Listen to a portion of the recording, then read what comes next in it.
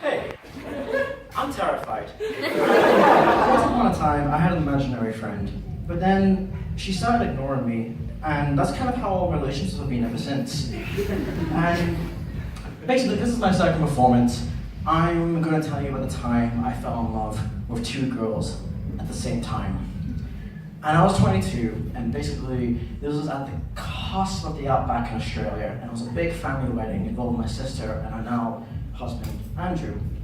And basically, we were staying at the wedding venue, and it was like something you would see in Mississippi. It was this big, beautiful, three-story wooden house with this meandering river that just kind of went behind this burning cross, you know?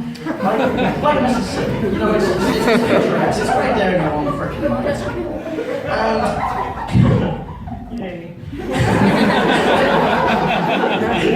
And basically, a few days before the wedding, we were all at this bar, and I was looking around, trying to get to know the people, trying to overcome my crippling social awkwardness that inhibits me from actually making any meaningful relationships. And I eventually get to this table, and I should have waited, I don't know. But I eventually get to this table, and I sit down, I look up, and I see these two beautiful women, and basically, like, the one thing you gotta understand about me is I'm right? Like, I'm all or nothing. So when I see these two beautiful women, like, I just instantly fall for them and fall really, really hard. And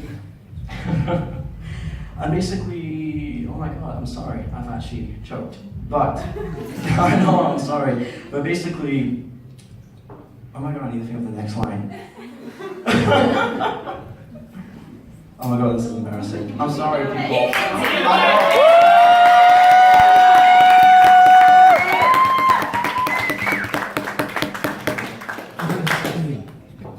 Actual line block. So, I'm so sorry. Can I get my sheet out and just look at where I need to Take the pressure from the bucket. No, I can't do that.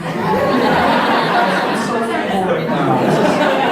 I got this, Dave! No.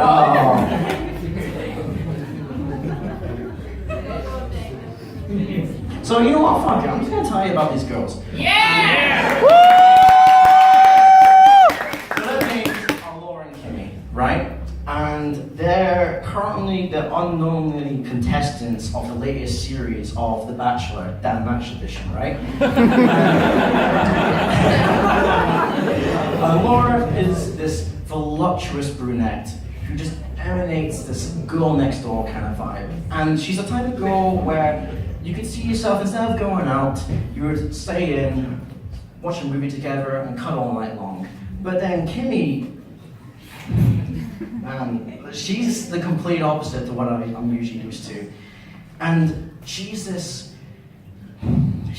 this petite, wee lass with tight, curly, dirty blonde hair, who makes her own jewelry and has this awesome free spirit about her. And she's the type of girl where, like, she would wake you up in the middle of the night and you'd go walk in the moonlight together. And that was normal, you know, like, that's just like how it would be.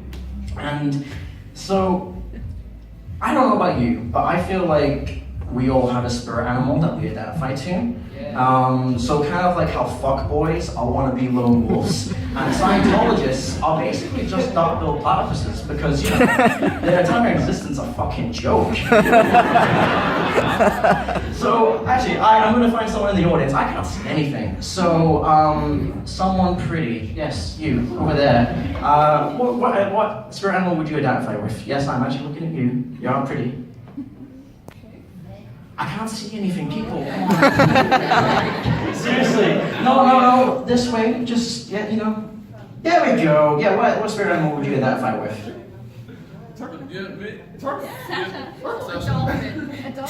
A dolphin, okay, right. And how about someone... There we go, you're perfect. There you go. A turtle. A turtle. Actually, I'm curious, why? Why? Because I'm just going with the flow, man. Okay. That's pretty chill. That's pretty chill. So, you want to know what spirit animal I identify with? Yes. Yeah. So I'm a blind newt. And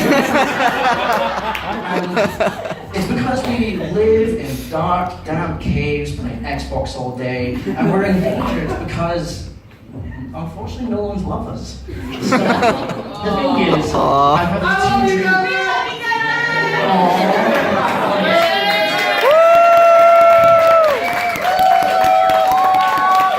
I apologize, guys, I'm gonna go way over time here. But anyway, so the thing is, Oz has presented me these two dream girls, and I don't know which one to choose. Laura is the girl that I would always go for, but Kimmy is something new and different.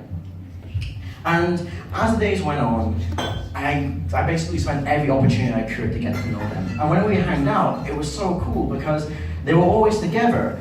But the thing was, like, it was really weird for me because I felt this overwhelming sense of guilt, like that I was kind of like cheating on them in this whole theoretical I like you, blah blah blah relationship that I had just established without their own consent. And like, I don't know, it was so awkward for me, right? I just didn't know what to do. But the thing is, as I got to know them more and more, I kind of started fantasizing like the possible futures that could happen between us. And with Kimmy, I basically, like, what would happen was I'll get free jobs and I'll try and pay off the mortgage as she like makes her art in the basement.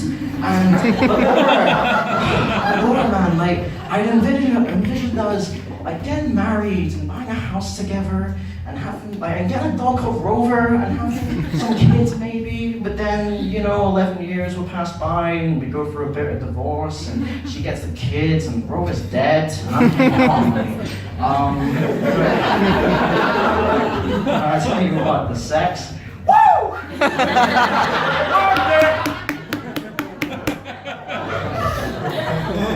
So the thing is,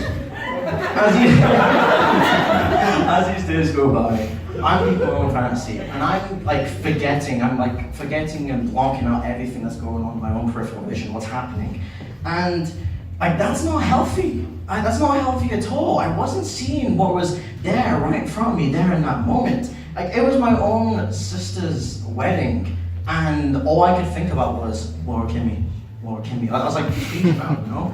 And I was being reactive, not proactive. And I was just stuck in my own sick, sad little world. So it comes to the night of the wedding, and everyone, the first dance has happened, and everyone's dancing on the dance floor, including Laura and Kimmy. And I just didn't know what to do. Like, my life had reached a crossroads, and I finally had to make a choice. I mean, was it Laura, who was familiar and safe, like the missionary position? Or do I go for Kimmy, who's something new, different, like slightly satisfying? Like what? Kind of like a butt plug.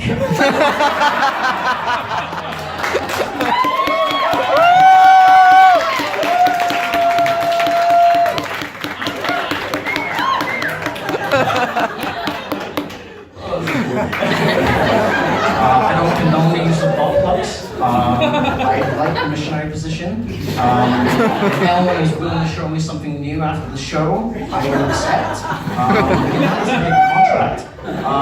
Or verbal. I don't know. Anyway, right, the point being is, when I looked at the dance floor, I had to make a choice. And with the emotional roller coaster I had just been through, I folded people. I went for the safe option, and I went with Laura. But I know how I was going to do this. I knew how I was going to get my dream girl. I was going to walk up to her on the dance floor. I was going to push Kimmy out the way. Her eyes would lock. I'd be like, "Hey girl, tonight we dance!"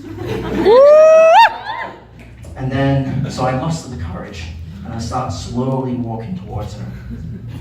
And as I'm getting there, I'm just thinking, "You're a big brick boy. You can do this." And then, you know, as I get a little bit closer, I'm just like, "You're a blind newt."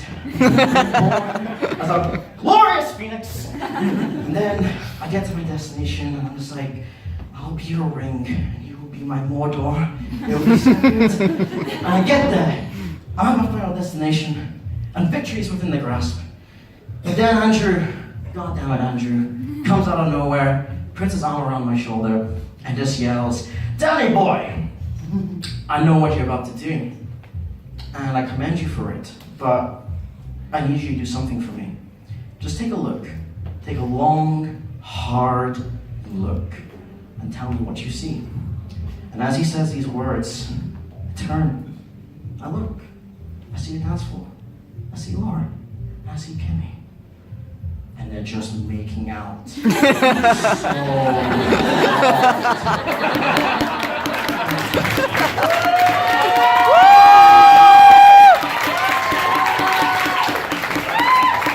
and it was there in that moment that I realized, oh, I guess I'm into lesbians now.